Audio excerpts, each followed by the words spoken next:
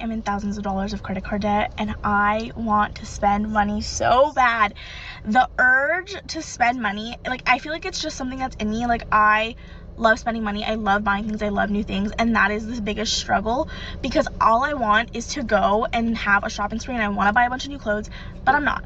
I'm having self-restraint and I'm staying strong, and I'm not going to buy anything even though I really, really want to, because we have financial goals and we have credit card debt that we have to pay off, and I'm not adding to it, and I'm just trying to be debt free. I'm 22 years Who thinks she's gonna last? Who thinks she's gonna last? Because if you're struggling this much, just to simply not go on a shopping spree, I don't think you're gonna really be able to sustain the course for as long as it's really gonna take. Because I think a lot of people underestimate what it's gonna take to truly like get debt free and the sacrifice that it's gonna require. And honestly, if you're struggling this much, I don't really have that much faith in you because this I'm hearing more and more some of these testimonies. And I feel like it's really just highlighting how spoiled our thought processes are as America as a whole. Like the things that we feel like we just have to do, we have to have. Otherwise, everything falls down, as well as the holes we're willing to put ourselves in just to be able to have these material things that obviously they don't mean that much if right after you buy it, you feel the need to go on another spree and buy some more. That's ultimately what it comes down to. So, I hope that she can get it together, but honestly, you have to come online and vent and go through, do all this. I don't think you're going to be able to really stay the course the way that it's really going to take in order for you to be able to get over that hurdle. old and I have Hold $37,515 on. worth of 22 years How old and old I is have she? $37,515 worth of credit debt. I also have a $7,992 student loan. I also still owe That's backwards. Those numbers are supposed to be flipped. Almost 40,000 of credit card debt, and then 8,000 just about of student loans. And then she has a 60. Do y'all see that? I didn't even hear her say that. She has a $60,000 car loan. A $60,000 car loan at 22. All in all, she's pretty much $100,000 in debt right now. And at 22, I know that interest rate on that car is astronomical. So by the time you get done paying for that car, you probably won't pay 125 for the car. It's not funny, but I just think it's amazing how it really doesn't matter what age you are. You can put yourself in the hole and you can put whatever self-inflicted wounds on yourself that you want. And it's at an early age, so I guess we can say you're not mature. But regardless of your maturity level, nobody's going to stop you from taking out those loans, making those decisions, and ultimately having to live with that. She done created a student loan out of her credit cards, and she actually has manageable student loan debt. That is wild. $55,829 on my car. In total, I have about $100,000 worth of debt. If you're anything like me, you haven't made any credit card payments in over 6 months. You have creditors calling you every single day, and you're feeling hopeless.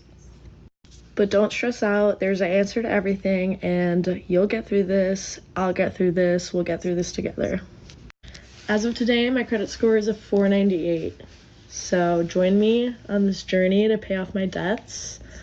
We'll see how high I can get my credit score. I'm also not here to give financial advice, obviously. I'd probably be the worst person for that, but if you want to watch me tackle this debt, I'll keep my TikTok updated, and yeah.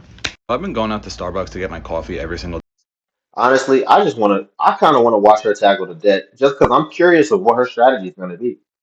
Because if I'm being real, you can start tackling this debt immediately. What do I mean? First of all, you don't need a $60,000 car.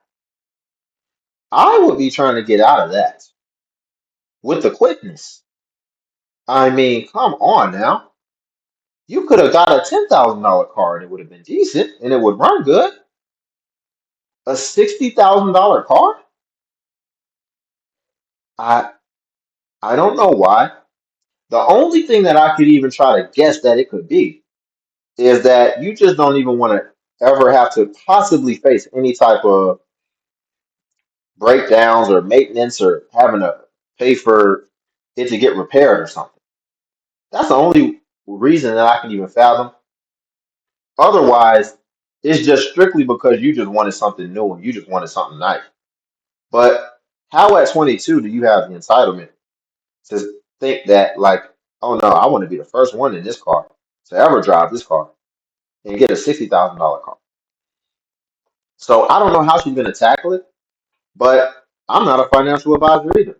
But if I was, I would tell her to get rid of that car because, like I said, if that car is in her name, she's going to pay way more in interest on that car. And I would guess too, see, this is the kicker right here, right? She came out into this world and she didn't know that probably cars, the highest you used to be able to finance a car was for 60 months. But now I think they can finance up to like 140 months. So I think that's probably how they got her. They probably got her a very stretched out payment cycle. And so her monthly payments are very low. So she probably doesn't really notice it. But that debt is probably not going to go nowhere because she's going to be paying a lot of interest up front, most likely. And it feels good now being in that new car.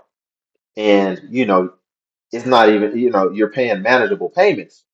But over the long term, you're really going to feel it. And you're going to realize what a bad financial investment that was. But hey, wish her best of luck, though.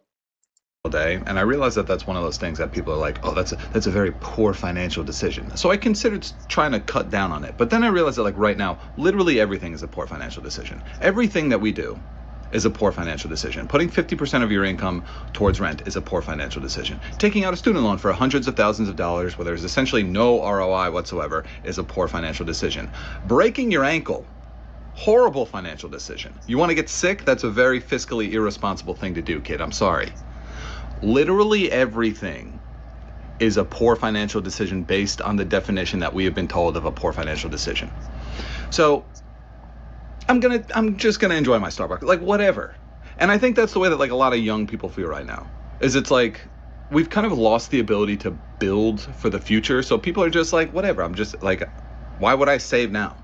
I'm just gonna enjoy my life because this is all gonna come crashing down at some point. So I might as well have my little Starbucks and go to Fire Festival. Worst financial mistake I've ever. Come on, bro. Get it together, man. What are you talking about? Nobody. How? This is a glass half empty type of guy right here. Everything is a bad financial decision. Sure, I guess if you live on that side of the spectrum, but over here it ain't. And I mean, when he gave the Starbucks example, brother, nobody says you can't enjoy, the nice things in life from time to time. But the key phrase in there is from time to time. You don't get Starbucks every day. And I would even argue the more you space it out, the more special it'll be. But see, people feel like they're entitled to have these things now. They have to take a vacation every month or two. They have to have their Starbucks every morning instead of you can make your own for cheaper. I mean, it's really the consumerist mindset now. The consumerism mindset. The same way most people will consume content and not make their own. And I was once in that as well. But you want to try to break free of that. And ultimately, when we're talking about financial decisions, Starting to think more as the seller and not the buyer, not a consumer, that's the first best financial decision that you can make. And the mentality of thinking that way starts with investing in yourself first. Investing in yourself before you go fund somebody else's future. Invest in your future first. And that's ultimately what we got to really think about. And we have to prioritize and understand, okay, like the girl who needed the $60,000 car? Are you really even a car person? Is that high up on your priority list? Most likely no. She just wanted something just for perception purposes, right? Most likely. Nobody's saying you can't have the things that you really enjoy, but I would argue, for one, make sure it really is something that you enjoy and you're not doing it for other people. And then two, how about you earn it? What's stopping you from making a plan to say, if I hit milestone X, Y, and Z, then I can get this. But just getting it up front and you haven't even done anything to deserve it, then that's where I draw the line. And that's what ultimately I consider a good financial decision. Creating a plan to get it as opposed to just impulsively getting it when you know that it's actually going to disrupt your future plans moving forward. So we'll leave it there. Like the video, also subscribe if you want to join the Limitless Legion. Cash app link below if you want to buy your boy iced coffee and tip the channel. Also, feel free to join the Patreon where I'll post exclusive self improvement content. Till then, catch you in the next video.